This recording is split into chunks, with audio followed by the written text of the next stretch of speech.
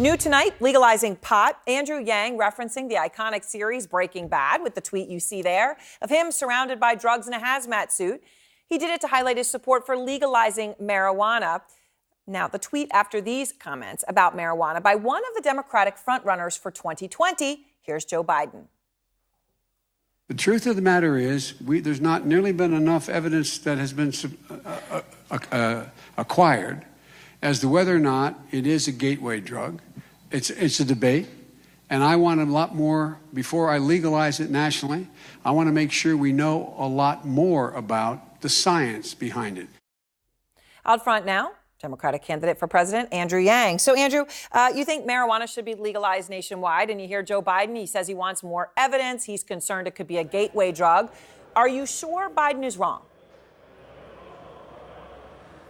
Yeah, most Americans agree that we should be legalizing marijuana at the federal level, in part because it's already legal in several states.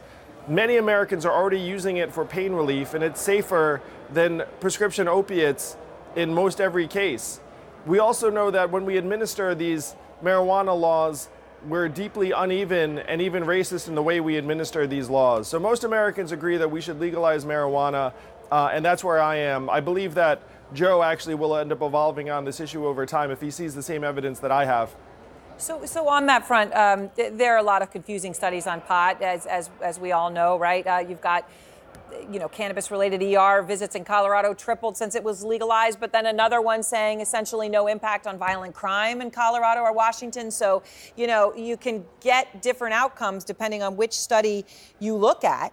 What makes you so sure, really fundamentally, Andrew, that full legalization won't open the door to a Pandora's box we may deeply regret, just because there's a lot we don't know? Well, Aaron, there's a difference between legalization and complete lack of regulation. I mean, there are legal substances in this country like tobacco that there are strict rules around. For example, you can't advertise on school grounds. So marijuana is not something that we should just have out there completely free and easy, but it should be legal so that we can regulate it properly, make it safer and more standard for Americans, and also have some of the tax revenues that can help us counteract any of the negative effects. So, in addition to marijuana, you obviously are at odds with some others, different others in the primary on another issue. Senator Sanders and Warren are in favor of a wealth tax, which you have said could be, your words, a disaster in practice. Obviously, some who would be affected by it have been speaking out. They say they're being vilified, which has led to these comments from Senator Sanders and Senator Warren. Here they are. I just want to point out to you all, you may have noticed I hurt some billionaires' feelings recently. Boo-hoo. So sad that they might have to pay 2 cents out of their bazillion dollars. They're worth $100 billion, they're worth $50 billion, and suddenly they're in tears. Oh my God, we're going to have to pay more in taxes. How do we get by on $30 billion? Such a stress. Of course, it's more complicated than that. Do you think they are vilifying the wealthy? No, to me, Aaron, it's about what's going to work in practice. And it is true that we're in the midst of the most extreme winner-take-all economy in our nation's history, and we need big measures to help solve for that.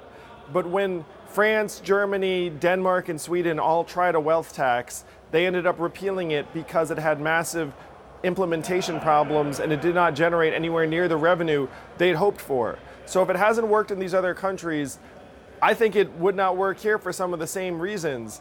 To me, it's less about the emotions of certain people who are being called out. It's more about what's going to work in practice and how we can actually rebalance this economy and rewrite the rules so that it works for us. Miguel Marquez was just in Wisconsin, and people here watching the program just heard his show, another key swing state, of course, which President Trump won in 2016. So Miguel was talking to them about what people there think about impeachment, and he spoke to a couple who owns a tavern. They say they are moderate conservatives. They both voted for third-party candidates in 2016. I want to play the exchange for you. Can either of you see yourselves voting for a Democrat in 2020? And which one, if so? Boy, that was a pained It expression. is pain. I will tell you, I love Andrew Yang. Obviously, he's very smart. Oh, and he's funny. All right, so what do you do? What do you do to get people like that, moderate conservatives, again, is how they describe themselves, to support you?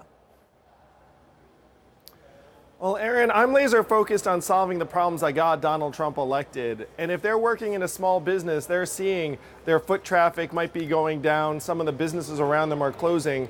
These are the problems that got Trump elected. And if we put money, buying power into the customers of that bar's hands, then you're going to see more business. They might have to hire more servers.